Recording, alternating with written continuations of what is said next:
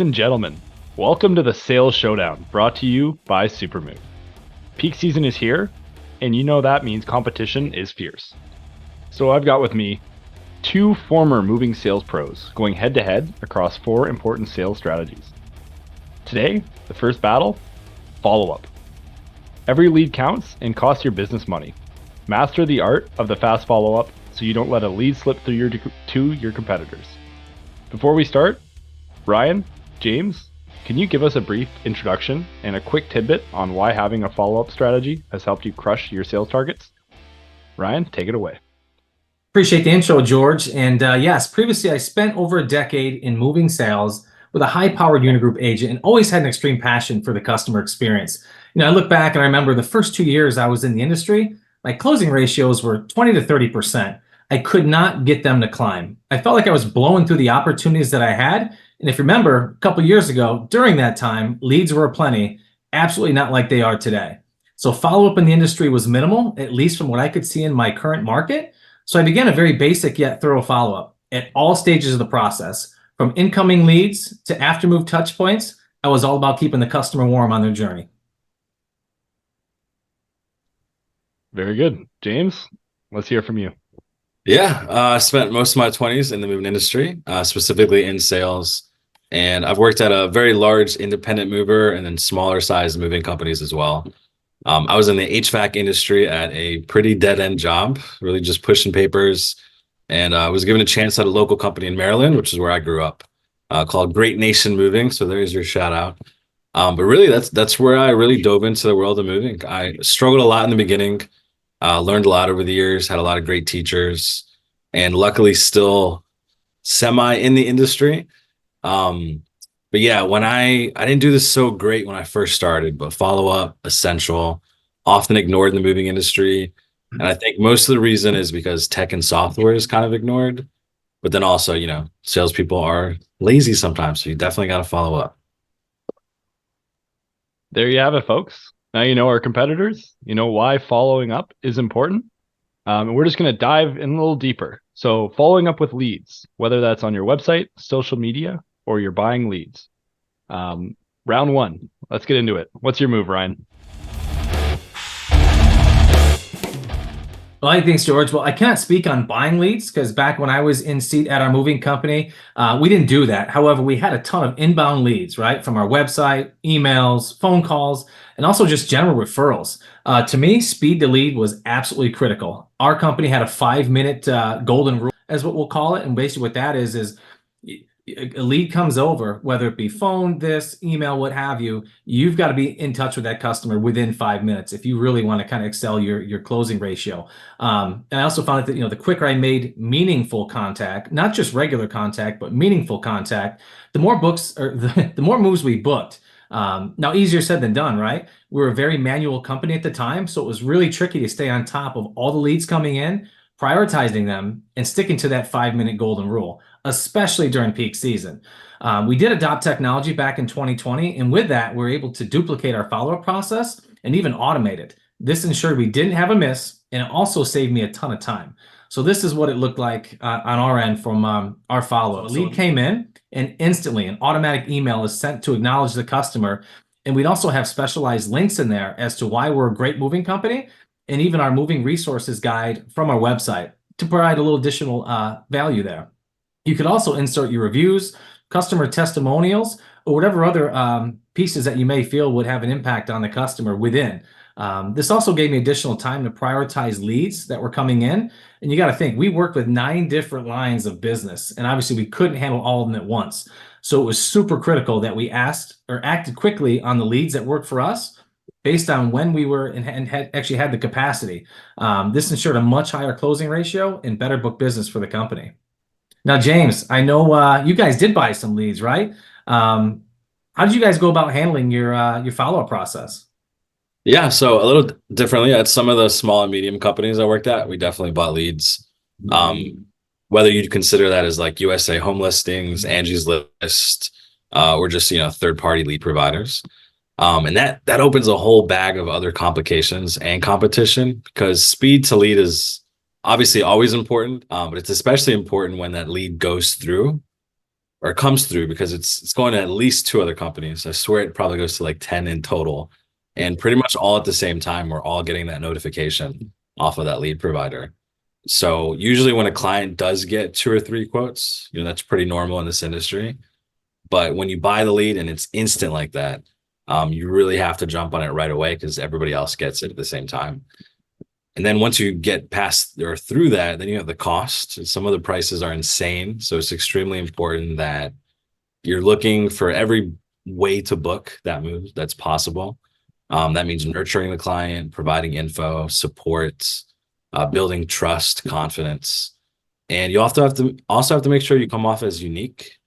The whole, "Hey, John, this is James from blah, blah moving. We received your request about a quote." Everybody says that. We'll go over it in a different round, but it's important to keep that top of mind when following up with clients. I would sometimes send a short informational email about our company and why we're different. And when it's peak season, it's a little different. You have to worry about capacity a little bit more than, actually fighting for the move. But you should still practice that great follow-up, because when slow season starts to creep up, a lot of estimators that didn't follow up in that peak season kind of struggle in the beginning. There you have it, folks. That finalizes round 1. As our fighters have said, to have the highest chance of winning business, it's crucial you get in contact with your lead ASAP. That means answering calls right away, or having at least an automatic system to acknowledge your prospects' requests as they come in. This will take your sales to the next level and ultimately lead to more book jobs. Now, let's get ready for round 2. Now you've sent the quote. The move is a matter of weeks. What does the follow-up look like on your end? James, tell us how you did it. Yeah, so, trying to get the client to book, you still want to make sure you're pushing for empathy and value, but now urgency, is playing a huge role. So on those first calls, I'd always emphasize that rush to get this taken care of so they can, more so that they can focus on everything else they need to get done before moving. If the dates are getting filled quickly, be upfront with the client, tell them that. I'd send the quote while they're on the phone and immediately get them to look at it over with you. And that way you can address any questions, any concerns, head on, and you can push that value. Now, competition-wise, Ron, I'd love your input on this, but I think we all know estimators are complete companies that send the quote after the call or the next day or two, or never, right? Like some clients never get a quote.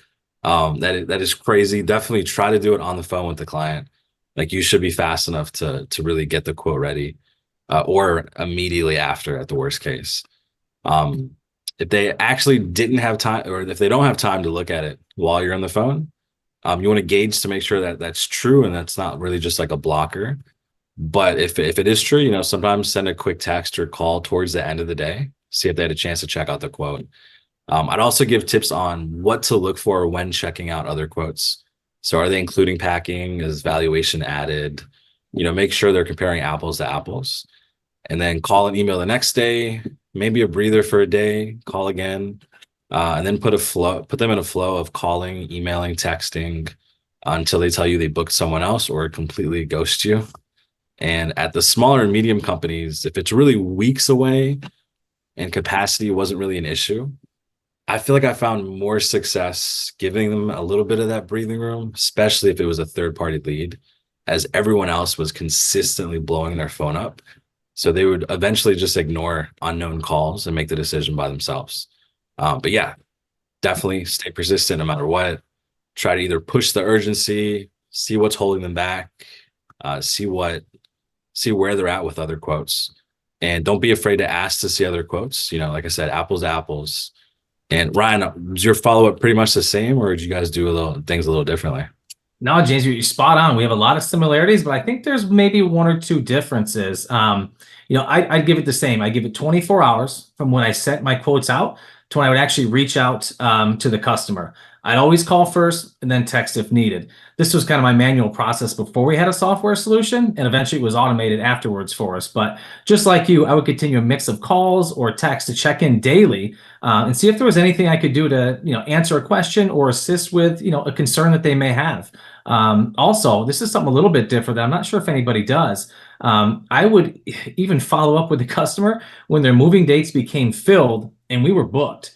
This inserted a level of urgency and also kind of a great level of care from my end. I think where we differ a little bit though is personally, I did not give a day for breathing room after my, after the initial 24 hours after sending the quote, and for a few reasons. One, as you know, at least for us, dates were super critical, right? Our volume was rather high, and especially the move is a few weeks out. So we need to know for planning purposes, for us, the moving company, as well as the customer, especially if this was like a commercial move or an interstate move. And again, we service many, many lines. So the more time that we have to plan, the better the customer experience tend to be and the less stress upon the customer as well. The second piece is our company didn't hold dates. I know many companies do. We were more on a first come, first served basis. And the customer obviously was very, very aware of this. So when you have high converting sales teams, your dates fill fast. And kind of the last thing, and I don't think it gets touched on, but I feel like it happens in the industry quite a bit. But imagine you didn't follow up, right? The customer is picking your company. They reach out to you, say, later in the week. And again, we didn't follow up. Now they want to book a move for us or with us, and our dates are full. So really, because of my lack of follow-up, we now have an unhappy customer. And I'm sure we've all taken these phone calls. And not only do we have a potential unhappy customer, I've actually gotten a bad review from somebody because they had their quote, they wanted to book, they waited a week, and then we were fully booked and we couldn't service them. So, oftentimes I feel like we blame the customer on this, but you gotta understand, they just don't understand the process and urgency behind booking their move day. I mean, how many times is, this happened over the years? I'm sure you can think of quite a few times, James, but lastly, I was more of a kind of create urgency versus push urgency guy. But this was all done in the presentation while surveying their items pre-quote. I was very transparent on the entire moving process, next steps in the journey, and also made sure that the customer was very aware to ensure a seamless and stress-free move. There you have it, folks. That's the end of round 2. By the sounds of it, urgency is key when it comes to closing deals. That means consistent follow-ups through text, email, and calling to ensure your customer gets booked for the day they want. While you're following up, try and get as much information as possible, such as what other quotes your customer may have gotten. That positions you to compare apples to apples when it comes to talking about your pricing. Overall, you want to show the customer that your calendar is filling up quickly, and make sure you consistently reach out to not only show that you are trying to get their business, but also building urgency. Now, let's get ready for round 3. It's the same scenario as before, but now the move is in over a month. Ryan, what's your follow-up process and how might that change? Really, it's pretty much the same process, but just a few more touch points. Since the move is going to be 60, 90, or potentially 120 days out, right? So I know at least for us in our company, oftentimes we were plus 60 days out booking. We got to keep the customer warm. So again, I would still do that after the quote was sent, the 24-hour call or text. And during that call, I touch on moving dates and the importance, I should say, of nailing them down and basically next steps. Also, expectations for the customer and moving team. I've noticed that things change over the weeks, months, or what have you. And what I mean by when things change, content moving from the customer, their schedules kind of get tweaked or changed. And as we all know, dealing with attorneys and closing dates, that's a whole nother basket of eggs, I guess I should say there. So, but this is also a great opportunity to, upsell services, right? Based on where the customer is at in their journey. Keeping the customer warm until moving day is super, super critical.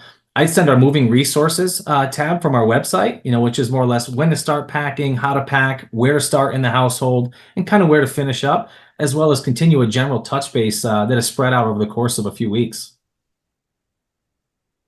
James. I'm sorry. Go ahead, man. Yeah, I agree. The beginning. Yeah, the beginning's gonna be like the same, right? You want to have that strong start. But yeah, like Ryan said, you have the chance to emphasize that empathy and value a little bit more with that extra time. So you want to make sure the client feels understood, supported, and your follow-up strategy can evolve into focusing more on nurturing the relationship and building that trust. Since urgency isn't exactly critical at that moment, you want to consistently provide value, stay top of mind. And this really depends on when the move is. A few months, or a year, it's totally different. But widening those breather days between the follow-up is really important as well. And that's the end of round 3. As our contestants said, start focusing on empathy and value, ensuring the client feels understood and supported in their moving journey. Then over time, shift focus towards building trust. Nurturing and keeping your customer informed and engaged is key to being able to close that deal. Now, let's move on to the bonus round. This is where we're going to talk about post-move follow-up. What opportunities are there for additional moving or moving services? James, let's hear it. Yeah, don't just book and forget. If you're promising this amazing customer support, you got to make sure you provide it until the move, during the move, after. Now I've worked at companies where there's an estimator and that's all they did, and I've worked at some that had a designated customer success manager, or the estimators did it themselves. Either way, you want to check in immediately after the move, or even when the guys are still there, finishing up. At JK, I'm pretty sure customer support called when the movers were on the way, and then called again when they actually got there. And clients really seem to like that, showing them that they're setting up that day for success, and ensuring the client knew that the office was still actively involved in the move. On post-move follow-up, you want to see if there's any concerns and get all the feedback. Being proactive can save you a lot of bad reviews. And see how it went, see what you could have done better. If your company has an automated system for nurturing between moves, add them to that. Maybe a monthly newsletter, quarterly check-in. If you made note that they were moving somewhere temporarily or put things in storage, make sure you set a calendar invite if you don't have software. But do a follow-up, see if they found their dream home, if they made space for the items in that storage. You really want to stay top of mind, and you'll get more repeat clients and more referrals. Now, you made some good points there, James. I'd say post-move follow-up was a game changer for us. It increased our referrals. It absolutely increased our 5-star reviews. Ways your teams can improve on the next move. You're not always going to get the best of the feedback, but all of it will be a benefit as you and your company strives for perfection. But let's also not forget apartment moves. They were huge in our market. We set up an automatic follow-up for 10 months out to the customer from the original move-in date. We set the automation in our software that would send the customer a warm note asking if they were staying put another year, or are they moving on to another complex or out of state. It's an easy way to get another move and not have to worry about a competitor stepping in, especially if you provide an amazing experience on their previous move. And that is the end of the bonus round, ladies and gentlemen. Booking a move is not the end of your customer's journey. Staying in touch with them after booking is crucial for creating upselling opportunities and overall a better customer experience. That means more business, better reviews, and one happy customer. I'd like to thank you all for watching today, folks. That was Battle 1, Improving Your Follow-Up Strategy. Don't forget to join us tomorrow with Battle 2. We're going to be going over objection handling and all that means. Thank you, and looking forward to talking with you tomorrow.